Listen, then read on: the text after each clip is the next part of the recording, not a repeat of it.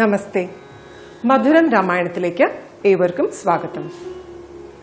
രാമനെ യുവരാജാവായി അഭിഷേകം ചെയ്യുന്നു എന്ന വാർത്ത തന്റെ വിശ്വസ്ത തോഴിയായ മന്ധരയിൽ നിന്നും അറിഞ്ഞ കൈകേയി ആദ്യം സന്തോഷവതിയായിരുന്നു. എങ്കിലും മന്ധരയുടെ കുടിലത നിറഞ്ഞ വാക്കുകളിലൂടെ കൈകേയിയുടെ മനസ്സിന് ചാഞ്ചാട്ടം ഉണ്ടാവുകയും വിഷലിപ്തമാവുകയും ചെയ്തു. രാമൻ രാജാവായാൽ കൈകേയിയും ഭരതനും അടിമകളായി കഴിയേണ്ടി വരുമെന്നും നിന്റെ സമ്പത്തും ഐശ്വര്യവുമെല്ലാം നശിക്കുമെന്നും നിന്റെ നാശം നീ തന്നെ വിളിച്ചു വരുത്തുകയാണെന്നും മന്ധര പറയുന്നു. മന്ധരയെ കൊണ്ട് ഇപ്രകാരം പറയിച്ചത് കൈകേയിയോടുള്ള പുത്രീ സമാനമായ വാത്സല്യമായിരുന്നു. ഇനി ഡോക്ടർ ലക്ഷ്മിദാസിന്റെ പാരായണത്തിലേക്ക്.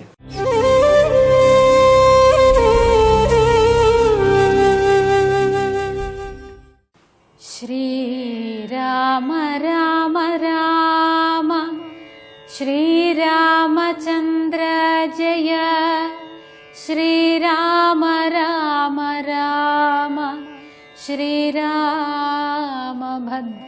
ജയ ശ്രീരാമ രാമ രാമ സീതാഭിരാമ രാമ ശ്രീരാമ രാമ രാമ ലോകാഭിരാമ ജയ.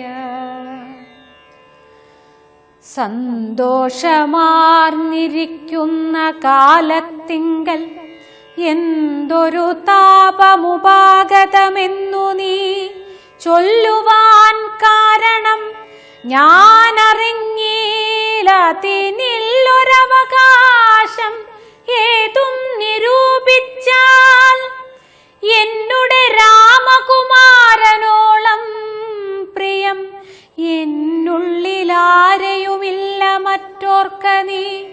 അത്രയുമല്ല ഭരതനേക്കാൾ മമ പുത്രനാം രാമനെ സ്നേഹമെനിക്കേറും. രാമനും കൗസല്യാദേവിയേക്കാൾ എന്നെ പ്രേമമേറും നൂനമില്ലൊരു സംശയം. ഭക്തിയും വിശ്വാസവും ബഹുമാനവും ഇത്ര മറ്റാരെയുമില്ലെന്നറിക നീ. നല്ല വസ്തുക്കൾ എനിക്കു തന്നേ മറ്റു വല്ലവർക്കും കൊടുപ്പൂ മമ നന്ദനൻ. ഇഷ്ടമില്ലാതൊരു വാക്കു പറകയില്ല, ഒട്ടുമേ ഭേദം അവനില്ലൊരിക്കലും. അശ്രാന്തമെന്നയത്രേ മടികൂടാതെ ശുശ്രൂഷ ചെയ്തു ന്യായം പ്രീതിപൂർവകം. മൂഢേ നിനക്കെന്തു രാമങ്കൽ നിന്നൊരു പേടിയുണ്ടാവാൻ അവകാശമായതും. സർവജനപ്രിയനല്ലോ മമാത്മജൻ, നിർവൈരമാനസൻ, ശാന്തൻ, ദയാപരൻ.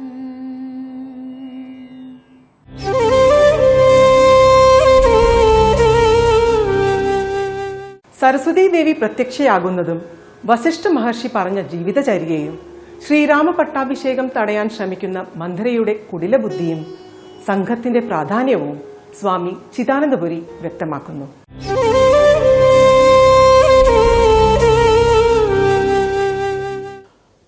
ഓം ഗുരുർബ്രഹ്മാ ഗുരുർവിഷ്ണു ഗുരുർദേവോ മഹേശ്വരഃ ഗുരു സാക്ഷാത് പരം ബ്രഹ്മ തസ്മൈ ശ്രീ ഗുരവേ നമഃ. ഓം സദാശിവസമാരംഭാം ശങ്കരാചാര്യമധ്യമാം അസ്മദാചാര്യപര്യന്താം വന്ദേ ഗുരുപരമ്പരാം.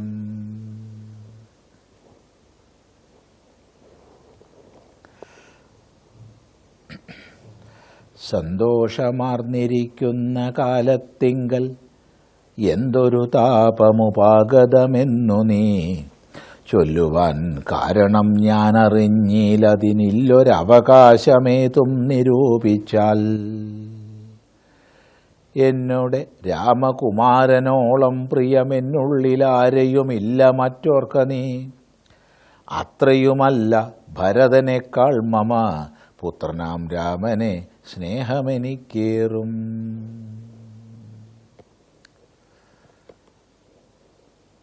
രാമായണത്തിൽ വളരെ പ്രാധാന്യമുള്ള ഒരു ഭാഗമാണ് മന്ധര കൈകേയിയുടെ അരികെ ചെന്ന് രാമാഭിഷേകം മുടക്കാൻ വേണ്ടി പരിശ്രമിക്കുന്ന ഭാഗം.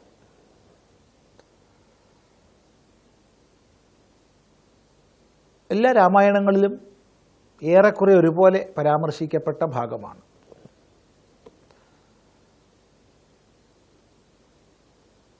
ദശരഥ മഹാരാജാവ്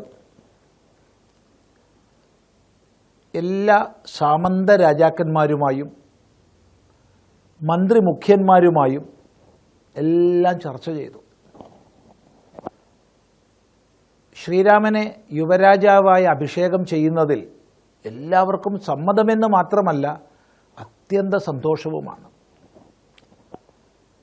അങ്ങനെ തൻ്റെ ഇംഗിതം, തൻ്റെ സങ്കല്പം വിദ്വാൻമാരുമായി പങ്കുവെച്ച് മന്ത്രിമാരുമായും സാമന്ത രാജാക്കന്മാരുമായും എല്ലാം പങ്കുവെച്ച് അതിനു മുമ്പായി തന്നെ ഗുരുനാഥനുമായി പങ്കുവെച്ച് അങ്ങനെയാണ് രാമൻ്റെ അഭിഷേക വിഷയത്തിൽ നിശ്ചയമെടുക്കുന്നത്.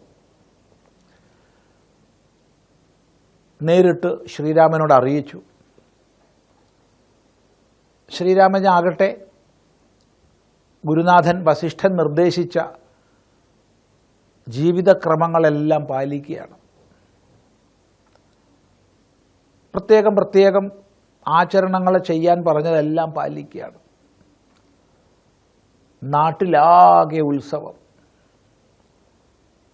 അയോധ്യയിൽ മുഴുവൻ പതാകകൾ ഉയർന്നു. ജനങ്ങൾ മുഴുവൻ ഒറ്റക്കെട്ടായി ശ്രീരാമചന്ദ്രൻ രാജാവാകുന്നു എന്നുള്ള സന്തോഷത്തിൽ, തങ്ങളുടെ നായകനായി വരുന്നു എന്ന സന്തോഷത്തിൽ എല്ലായിടത്തും സുഗന്ധദ്രവ്യങ്ങൾ പുകച്ചു. മുഖ്യ രാജവീഥികളും മറ്റെല്ലാ വീഥികളും കഴുകി വൃത്തിയാക്കി.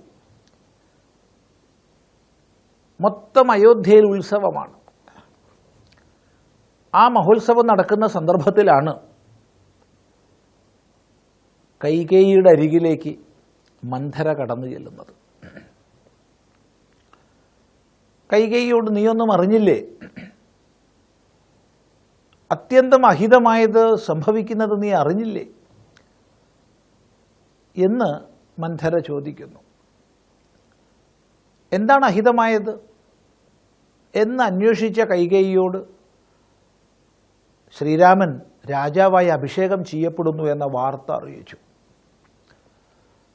അത്യന്തമായ സന്തോഷത്തോടുകൂടി, ആനന്ദത്തോടുകൂടി കൈകേയി പ്രതികരിക്കുന്ന ഭാഗമാണ് കിളിപ്പാട്ടിൽ നിന്ന് നമ്മൾ ഇന്ന് ശ്രദ്ധിക്കുന്നത്. ആ വാക്യങ്ങൾ ശ്രദ്ധിച്ചാൽ എത്രമാത്രം ആനന്ദവതിയായി കൈകേയി എന്നുള്ളത് മനസ്സിലാവും. എന്നല്ല, തൻ്റെ പുത്രനായ ഭരതനേക്കാൾ തനിക്ക് പ്രേമം ശ്രീരാമനോടാണ്. ശ്രീരാമൻ എല്ലാവരെയും സ്നേഹിക്കുകയും ആദരിക്കുകയും ചെയ്യുന്നവനാണ്, സമദർശിയാണ്. അങ്ങനെയുള്ള രാമൻ രാജാവാകുന്നു എന്നുള്ളതിൽ കവിഞ്ഞ് എന്താണൊരു സന്തോഷമുള്ളത് എന്ന് ചോദിച്ചുകൊണ്ട് മന്ധരയ്ക്ക് വിശിഷ്ടങ്ങളായ സമ്മാനങ്ങളെ കൊടുക്കുകയാണ് കൈകേയി ചെയ്യുന്നത്. ആ ഒരു ഭാഗം നമ്മളിവിടെ ശ്രദ്ധിക്കുന്നതിൽ വിശേഷമായ സാങ്കത്യം എന്തെന്നാണെങ്കിൽ, ഇത്രമാത്രം സന്തോഷവതിയായി ശ്രീരാമനോടുള്ള പ്രേമാധിക്യത്തോടുകൂടി, വാത്സല്യത്തോടുകൂടി ശ്രീരാമൻ രാജാവാകുന്നതിനെ ഹാർദമായി സ്വീകരിച്ച ആളാണ് കൈകേയി. അത് കാണിക്കാനാണ് ഈ ഭാഗം വായിക്കുന്നത്. എന്നാൽ മന്ധരയുടെ വാക്കുകൾ വലിയ പ്രഭാവം കൈകേയിലുണ്ടാക്കി. മന്ധര പറഞ്ഞത് മുഴുവൻ അസത്യവും അബദ്ധവുമാണ്. കാരണം രാമൻ രാജാവായി കഴിഞ്ഞാൽ രാമൻ്റെ അടിമയെപ്പോലെ കഴിയേണ്ടി വരും ഭരതനെന്നും, രാജ്ഞിയായി കൗസല്യ വർത്തിക്കുമ്പോൾ കൗസല്യയുടെ ദാസ്യവേല ചെയ്യേണ്ടി വരും കൈകേയിക്കെന്നും മറ്റും പറഞ്ഞത് അത്യബദ്ധമാണ്. പക്ഷേ അത്തരം വാക്കുകൾ ചിന്തിക്കാൻ പോലും കഴിയാത്തവളായിരുന്ന കൈകേയിക്കുള്ളിലേക്ക് പ്രവേശിച്ചെന്ന് മാത്രമല്ല, രാമൻ അഭിഷേകം ചെയ്യാൻ വെച്ച സാമഗ്രികളെ കൊണ്ട് തൻ്റെ പുത്രന് ഭരതൻ അഭിഷേകം ചെയ്യിക്കണമെന്നും അതിൽ കവിഞ്ഞ് ശ്രീരാമൻ 14 വർഷത്തേക്ക് വനത്തിൽ പോകണമെന്നും ആവശ്യപ്പെടുകയാണ് കൈകേയി ചെയ്യുന്നത്. നമ്മെ സംബന്ധിച്ച് മനസ്സിലാക്കാനുള്ളത് നമ്മുടെ കൂട്ടുകെട്ടുകളുടെ സംഘത്തിൻ്റെ പ്രാധാന്യമാണ്. എത്രമാത്രം പ്രഭാവമാണ് ദുസ്സംഗത്തിനെന്ന് വാക്കുകൊണ്ട് പറയാൻ കഴിയില്ല. രാമനെ ഏറ്റവുമേറെ സ്നേഹിച്ചിരുന്ന, വാത്സല്യത്തോടെ നോക്കിയിരുന്ന കൈകേയി മാതാവിൽ രാമനെ 14 വർഷത്തേക്ക് കാട്ടിലയക്കത്തക്ക വൃത്തിയെ ഉണ്ടാക്കിയെടുക്കാൻ മന്ധരയ്ക്ക് സാധിച്ചു. ചിലപ്പോൾ നമ്മൾ അധ്യാത്മരാമായണത്തിനനുസരിച്ച് പറഞ്ഞേക്കാം, മന്ധരയുടെ നാവിൽ സാക്ഷാൽ സരസ്വതി ദേവി തന്നെ പ്രവർത്തിച്ചു എന്നൊക്കെ. വാൽമീകി രാമായണത്തിൽ അങ്ങനെയില്ല, എങ്കിലും അധ്യാത്മരാമായണം അനുസരിച്ച് നമുക്കങ്ങനെ പറയാം. സരസ്വതി, എല്ലാ വാക്കും സരസ്വതിയുടെ അഭിവ്യക്തി തന്നെയാണല്ലോ. അപ്പോൾ പ്രത്യേകിച്ച് സരസ്വതി പ്രകടമായി എന്ന് പറയേണ്ട ആവശ്യമില്ല. അപ്പം നമ്മളിവിടെ മനസ്സിലാക്കേണ്ടത് ദുഷിച്ച വാക്കുകളുടെ പ്രഭാവമാണ്, ദുസ്സംഗത്തിൻ്റെ പ്രഭാവമാണ്. ഇത്രയ്ക്കും രാമനെ പ്രേമിച്ച് ആദരിച്ചിരുന്ന കൈകേയിയെക്കൊണ്ട് 14 വർഷം രാമൻ കാട്ടിൽ വസിക്കണമെന്ന് ആവശ്യപ്പെടുവിക്കാൻ കഴിഞ്ഞു മന്ധരയ്ക്ക്. നമ്മുടെയൊക്കെ ജീവിതം വ്യത്യസ്തങ്ങളായ സ്വാധീനങ്ങൾ ഉൾക്കൊണ്ടുകൊണ്ടാണ് മുന്നോട്ട് പോകുന്നത്. നമ്മുടെയൊക്കെ സംഘം സജ്ജനങ്ങളുമായിട്ടായാൽ, നമ്മുടെ കൂട്ടുകെട്ടുകൾ സജ്ജനങ്ങളുമായിട്ടായാൽ നമ്മുടെ ജീവിതം ധന്യമാകും. എപ്പോഴാണോ നമ്മുടെ വൃത്തികളെ മുഴുവൻ അധപ്പതിപ്പിക്കുന്ന തരം കൂട്ടുകെട്ട് നമുക്കുണ്ടാവുന്നത്, അതിൻ്റെ പ്രഭാവം വളരെ വലുതാണ്. അതാണ് കൈകേയിൽ വന്ന പരിവർത്തനം നമുക്ക് പ്രത്യേകമായി എടുത്ത് കാണിച്ചു തരുന്നത്. നമ്മുടെ എല്ലാവരുടെയും ജീവിതത്തിൽ നിത്യവും ഈ സംഘത്തിൻ്റെ പ്രഭാവത്തെക്കുറിച്ച് ഓർമ്മിക്കാൻ നമുക്ക് സാധിക്കട്ടെ എന്ന് മാത്രം ഈ സന്ദർഭത്തിൽ പറയട്ടെ. നമസ്കാരം.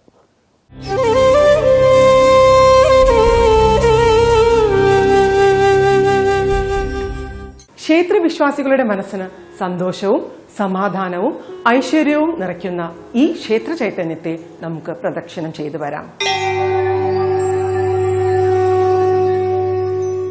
രാമായണ കഥകളുമായി ഏറെ അടുത്തു നിൽക്കുന്ന ക്ഷേത്രമാണ് രാമേശ്വരത്തെ രാമനാഥ ക്ഷേത്രം. ഭഗവാൻ ശ്രീരാമൻ രാവണ നിഗ്രഹത്തിന് ശേഷം ഇവിടെ എത്തുകയും രാവണനെ നിഗ്രഹിച്ച രാവണ ഹത്യയ്ക്ക് പാപം പരിഹാരത്തിനായി ഇവിടെ പ്രതിഷ്ഠ നടത്തി പൂജിച്ചുവെന്നാണ് ഐതിഹ്യം. ശ്രീരാമ ഭഗവാൻ പ്രതിഷ്ഠിച്ച വിഗ്രഹമായതുകൊണ്ട് തന്നെ മറ്റാർക്കും അവിടെ പിന്നീട് പൂജ നടത്താൻ സാധിക്കില്ല. അതിന് പ്രത്യേക അഭിഷേക ബിംബമൊക്കെ വേറെയുണ്ട്. അങ്ങനെ ഒരുപാട് പ്രത്യേകതകളുള്ള ക്ഷേത്രമാണ് രാമനാഥ ക്ഷേത്രം.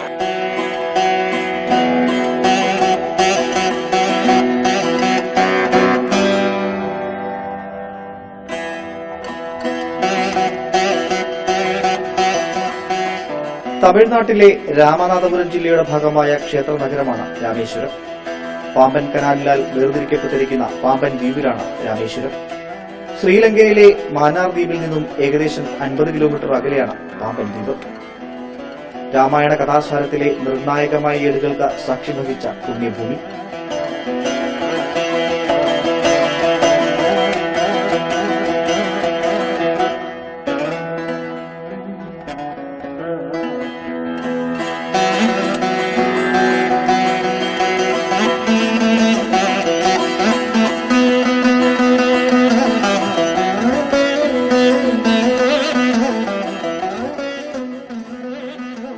രാവണൻ അപഹരിച്ച സീതയെ മോചിപ്പിക്കാനായി ശ്രീരാമൻ ലങ്കയിലേക്ക് പാലം നിർമ്മിച്ച സ്ഥലമാണിത്. ഇവിടെയാണ് ശ്രീരാമൻ പ്രതിഷ്ഠിച്ച രാമനാഥ സ്വാമിയുള്ളത്. ആ ഐതിഹ്യം ഇങ്ങനെയാണ്.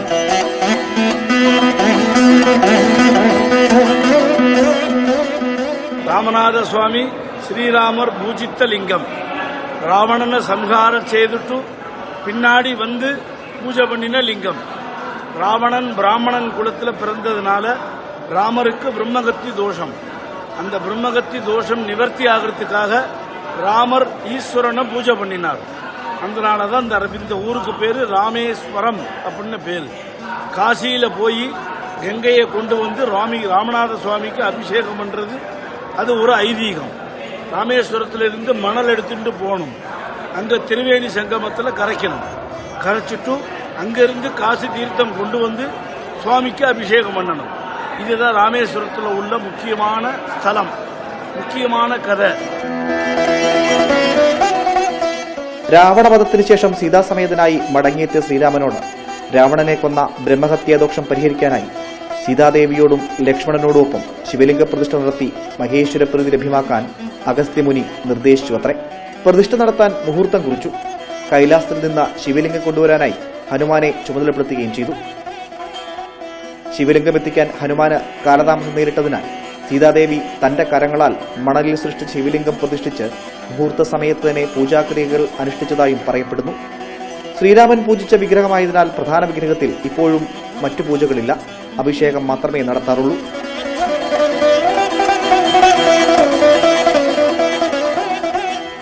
ശിവലിംഗവുമായി തിരിച്ചെത്തിയ ഹനുമാൻ പൂജ കഴിഞ്ഞത് കണ്ട് ദുഃഖിതനായിരുന്നു. അദ്ദേഹത്തെ സ്വാന്തനിപ്പിക്കാനായി രാമൻ പ്രതിഷ്ഠിച്ച ശിവലിംഗത്തിനടുത്ത് തന്നെ ഹനുമാൻ കൊണ്ടുവന്ന ശിവലിംഗം പ്രതിഷ്ഠിച്ചു. ആ ശിവലിംഗത്തിൽ വേണം ആദ്യം പൂജ ചെയ്യാനെന്ന് ശ്രീരാമൻ കൽപ്പിക്കുകയും ചെയ്തു. ആ രീതിയാണ് ഭക്തർ ഇപ്പോഴും ആചാരപരമായി പിന്തുടരുന്നത്.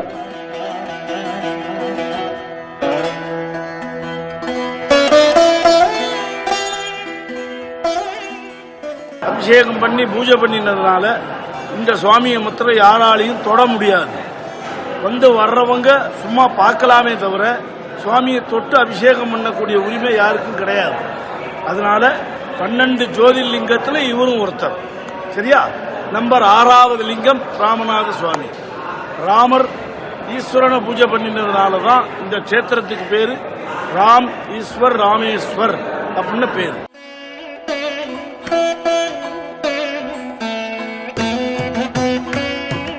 ഭാരതത്തിന്റെ 4 അതിർത്തികളിലെ മഹാക്ഷേത്രങ്ങളിൽ ഒന്നാണ് രാമനാഥസ്വാമി ക്ഷേത്രം.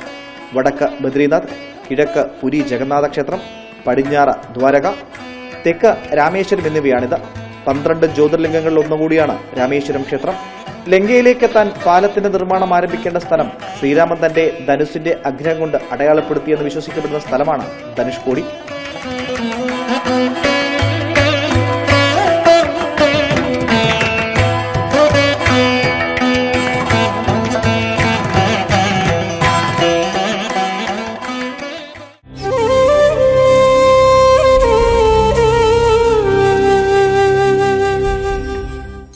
ക്ഷേത്രത്തിന്റെ ശില്പചാരുത എടുത്തു പറയേണ്ടതാണ്.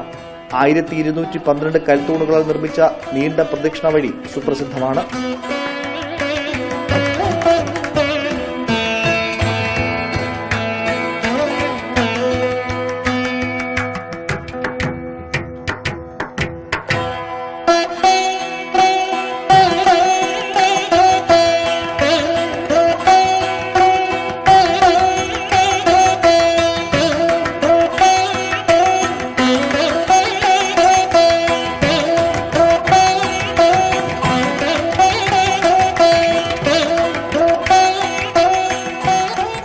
ക്ഷേത്രത്തിനുള്ളിലെ 22 പവിത്ര കുണ്ടങ്ങളിലെ ജലത്തിലുള്ള സ്നാനം മോക്ഷദായകമായി ഭക്തർ കരുതി പോരുന്നു.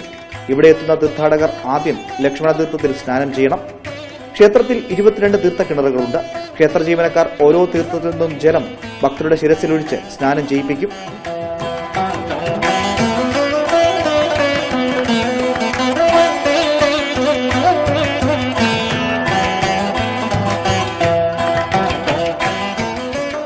ஒவ்வொரு தீர்த்தமும் குடிக்கிறதுனால உடம்புல உள்ள ரோகம் பூரா நிவர்த்தி ஆகும். ஒரு தீர்த்தம் இனிப்பா இருக்கும், ஒரு தீர்த்தம் சால்ட்டா இருக்கும், ஒரு தீர்த்தம் ஹீட்டா இருக்கும், ஒரு தீர்த்தம் கோல்டா இருக்கும். ஒன்று ஒவ்வொரு இது பாரம்பரியத்தில் இருக்கும்.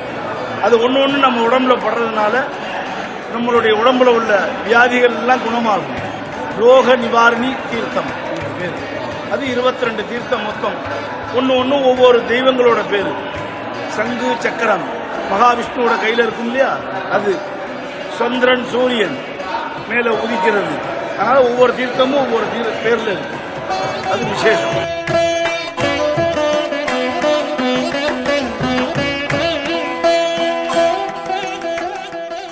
ഈ തീർത്ഥസ്ഥാനത്ത് വെച്ചാണ് വിഭീഷണൻ ശ്രീരാമനിൽ ആശ്രയം പ്രാപിച്ചതെന്നും ലക്ഷ്മണൻ വിഭീഷണനെ ലങ്കാധിപതിയായി കിരീടധാരണം നടത്തിയെന്നുമാണ് വിശ്വസിക്കപ്പെടുന്നത്.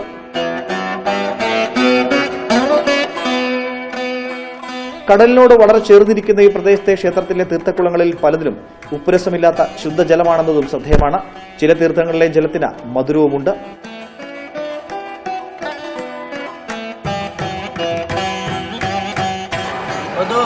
यहाँ स्नान करके बाबा का पूजा करके अभिषेक करके दर्शन करके जाने से आपका बल रामेश्वर यात्रा पूर्ण हो जाए.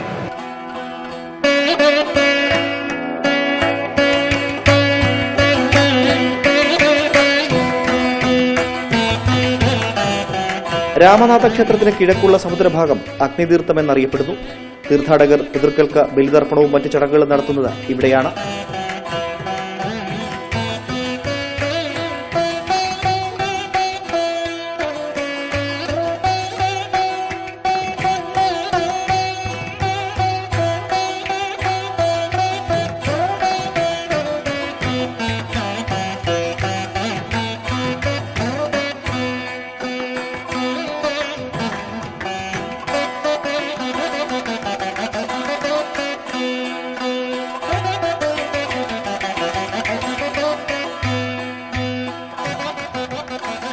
രാവിലെ 5 മുതൽ 1 മണി വരെയും വൈകിട്ട് 3 മുതൽ 9 മണി വരെയുമാണ് ദർശന സമയം. കുംഭമാസത്തിലെ മഹാശിവരാത്രി 10 ദിവസം നീണ്ടു നിൽക്കുന്ന ഉത്സവമാണിവിടെ. നവരാത്രി ആഘോഷങ്ങളും വിശേഷമായി കൊണ്ടാടുന്നു. ജൂലൈ ഓഗസ്റ്റ് മാസങ്ങളിൽ നടക്കുന്ന തിരുക്കല്യാണ ഉത്സവവും പ്രസിദ്ധമാണ്.